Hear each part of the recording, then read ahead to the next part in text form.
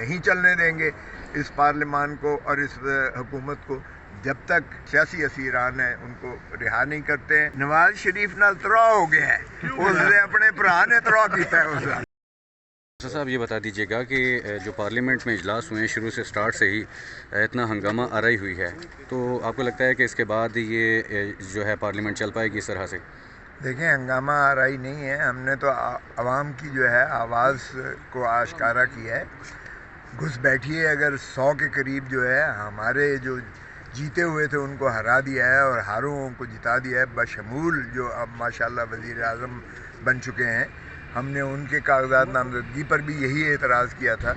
کہ یہ فارم 47 کی پیداوار ہے. ظاہر ہے جو عوام کے نمائندہ نہیں ہیں وہ کیسے ان ایوانوں میں بیٹھ سکتے ہیں اور پھر کیسے وہ حق حکمرانی جو عوام کا حق ہے اس کو استعمال کر سکتے ہیں. تو اس لیے ہم تو جب تک ہمارے قائد عمران خان کو مخلصی نہیں دیتے, جب تک ہمارے بشرا بی بی کو نہیں کرتے, جب تک شاہ محمود قریشی کو نہیں کرتے, جب تک یہ چودھری پرویز الہی کو نہیں کرتے, ڈاکٹر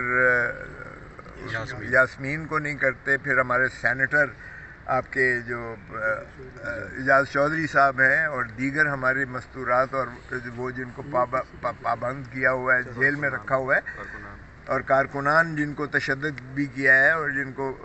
محبوس کر رکھا ہے, جب تک ان کو مخلصی نہیں دیتے ہیں, جس طرح کے پی کے نے چیف منسٹر نے کہا کہ 9 مئی والے ساروں کو رہا کیجیے گا, اور عوام نے 8 فروری کو 9 مئی کے بیانیے کو مسترد کیا ہے اور انہوں نے ان سزاؤں کو مسترد کیا ہے, پارٹی کو توڑنے اور تتر بتر کرنے کو مسترد کیا ہے عوام نے. یہ واحد الیکشن تھا جس میں عوام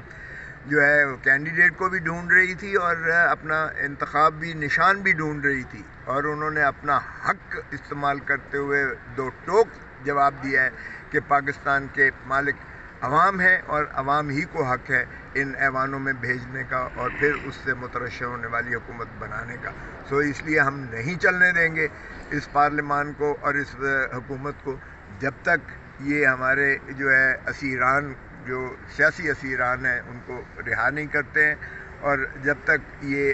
صحیح نمائندہ عوامی نمائندہ ایوان معرض وجود میں نہیں آتا ہے, اور جب تک ہمارا حق واپس نہیں کرتے ہیں. اب اچھا, آپ کو ریزرو سیٹیں نہیں ملی, اس کے بعد جو صدارتی انتخابات بھی ہونے جا رہے ہیں, تو آپ کو صدارتی انتخابات میں فائدہ ہوگا؟ ریزرو سیٹیں تو آپ سے چھن چکی ہیں. دیکھیں, اس پر علی پہلے بول چکے ہیں, کل سینٹ میں بھی انہوں نے بولا ہے کہ اس کا کوئی جواز نہیں بنتا ہے جب تک یہ صحیح معنی میں جو ہے ایوان مکمل نہیں ہوتا ہے, اس وقت تک صدارتی الیکشن فارس ہوگا. اس لیے ہم نہیں سمجھتے کہ یہ جو ہے صحیح معنی میں جمہوریت کا کوئی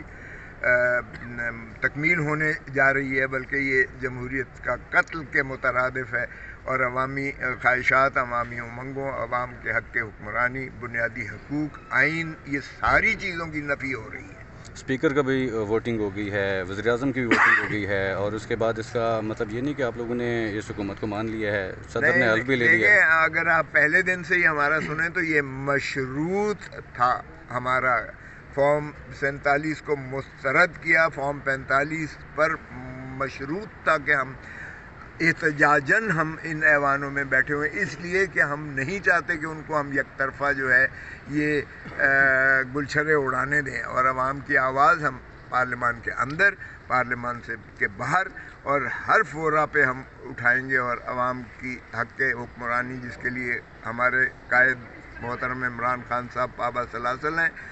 وہ جب تک عوام کی صحیح آزادی اور حقوق نہیں میسر آتے تب تک ہم انشاءاللہ. عمران خان صاحب کب باہر آتے دکھائی دے رہے ہیں آپ کو؟ عمران خان جلد آئیں گے. آج کیسز لگے ہوئے ہیں, کل ایک اور بیل لگی ہوئی ہے ان کی. عمران خان انشاءاللہ آپ جلد دیکھیں گے کہ باہر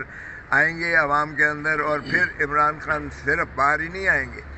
بلکہ 8 فروری کا مینڈیٹ کے ساتھ آئیں گے, اور مینڈیٹ یہی ہے کہ عمران خان ہی پرائم منسٹر ہوں گے. اچھا کھوسا صاحب, ایک سوال لے لیجیے گا, یہ بتائیے گا کہ نواز شریف صاحب بڑے مایوس نظر آئے کل ہمیں اسمبلی میں, جبکہ ان کے بھائی جو ہے وہ